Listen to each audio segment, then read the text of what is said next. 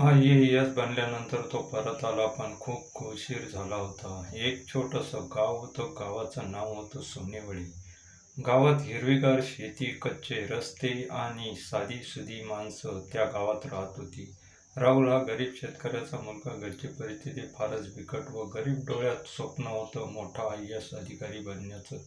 राहुलची आई सावित्री दिवसभर मोलमजुरी करून घर चालवायची. वडील लवकरच वारले गेले होते. आईची दुनिया होती. आई, मी मोठा अधिकारी बनेन, तुला कधीही कष्ट करायला लागणार नाही. लहानपणी राहुल नेहमी आईला म्हणायचा. आई हसून म्हणायची, बाळा, मला काहीही नको, फक्त तू चांगला माणूस बनून दाखव. पण राहुलच्या मनात एकच ध्येय होतं, IAS व्हायचं. संघर्षाची सुरुवात दिवसभर शाळा, संध्याकाळी शेतीत मदत आणि रात्री अभ्यास करत. कधी कधी तर दिवा पेटवायला पण पैसे नसते, तरी तो रस्त्याच्या लाईटीखाली बसून अभ्यास करायचा.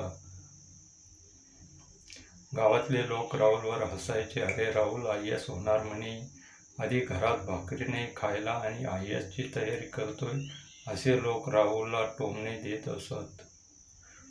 पण राहुल काही थांबला नाही. शहरातला प्रवास. 12वी झाल्यानंतर तो शहरात गेला. आईने सगळे दागिने विकून त्याला पैसे दिले. जा बाळा, तुझं स्वप्न पूर्ण कर. राहुलच्या डोळ्यात पाणी आलं, पण तो शहराकडे निघाला. शहरात सगळं नवीन होतं. मोठी इमारती, गर्दी, स्पर्धा. तो छोट्या खोलीत राहायचा, पार्ट टाइम काम करायचा आणि अभ्यासही करायचा. आई दररोज राहुलला फोन करायची, बाळा, जेवण केलं का, झोपलास का, थकलास का, कधी घरी येणारे. पण राहुल आईचा जबाब द्यायचा. राहुल नेहमी म्हणायचा, आई, अजून थोडं थांब, मी मोठा झाल्यावर नक्की येणार. वेळ निघून जात होता. वर्ष सरत गेली. राहुल अभ्यासात बुडून गेला आणि आई बाबा सोबत संवाद कमी होत गेला. राहुलची आई त्याची खूप आठवण यायची.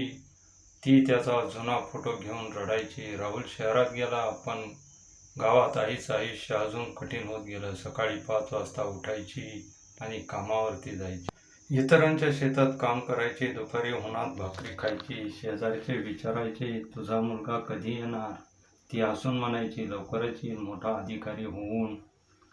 एक दिवस ती आजारी असतानाही काम करत होती. शेजारची बाई म्हणाली, अगं सावित्री, एवढे कष्ट कशाला करतेस. पण सावित्री काही थांबायला तयारच नव्हती. ती हसून म्हणाली, माझा मुलगा IAS होणार, त्याला थांबायला नको, त्याला पैसे द्यावे लागतात, त्याची तब्येत कशी काय ती विचारावी लागते. त्या दिवशी तिच्या हाताला जखम झाली, पण तिने राहुलला काहीच सांगितलं नाही. शहरात राहुल हळूहळू बदलत गेला. आईचा फोन पण राहुल उचलत नव्हता.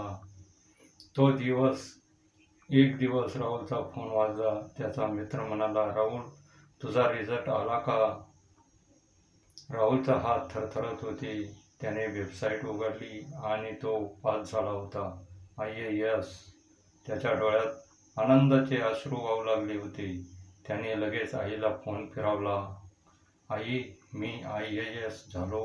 आई काही क्षणात शांत राहिली आणि मग मोठमोठ्याने रडू लागली. आई म्हणाली, माझा मुलगा, माझं स्वप्न पूर्ण केलंस बाळा. पण त्या दिवसानंतर राहुल अधिकच व्यस्त झाला. ट्रेंडिंग, पोस्टिंग आणि नवीन जबाबदाऱ्या वाढल्या राहुलवरती. तो आईला भेटायला नंतर येतो असं म्हणत राहिला. तो दिवस काळोख दिवस ठरला. एक दिवस राहुल ऑफिसमध्ये होता. तेवढ्यात त्याला गावातून फोन आला. गावातल्या माणसांचा, राहुल, तुझी आई खूप आजारी आहे रे, लवकर ये. राहुल घाबरला. तो लगेच गावाकडे निघाला आणि घाबरून गाडीमध्ये बसला. गावात परत पोचल्यावरती घरासमोर बघतो तर खूप लोक जमा झाले होते. त्याचं हृदय जोरजोरात धडधडत होतं. तो आत गेला आणि आई शांत पडली होती. त्याने तिच्याजवळ जाऊन हात धरला. आई, आई, उठ ना, आई, आई, आई म्हणत राहुल मोठमोठ्याने रडू लागला.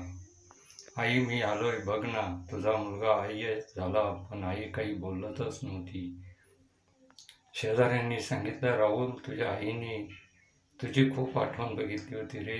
रोज दारात बसून तू येणार म्हणायची, पण राहुलच्या डोळ्यातून अश्रू वाहू लागले. तो आईच्या पायावर पडला. आई, मला माफ कर. खूप उशीर झाला.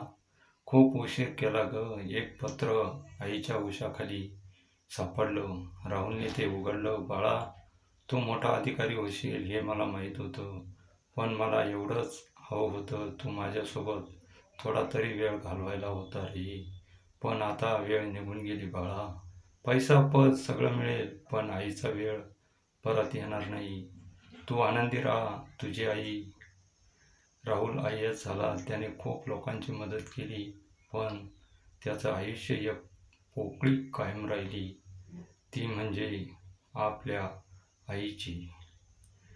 तो रोज स्वतःला एकच प्रश्न विचारायचा, जर मी थोडा वेळ काढला असता तर आई नक्कीच वाचली असती. जाता जाता मित्रांनो, एक शेवटचा संदेश. कधी कधी आपण मोठं होण्याच्या नादात आपल्यासाठी सर्व काही करणाऱ्या माणसांना विसरून जातो. यश मिळवणं महत्त्वाचं आहे, पण आपल्या लोकांसोबत वेळ घालवणं सुद्धा तितकंच महत्त्वाचं आहे. तर मित्र आणि मैत्रिणींनो, कथा कशी वाटली कमेंटमध्ये नक्की सांगा. कथा आवडली तर व्हिडिओला लाईक आणि चॅनलला सबस्क्राईब नक्की करा. धन्यवाद.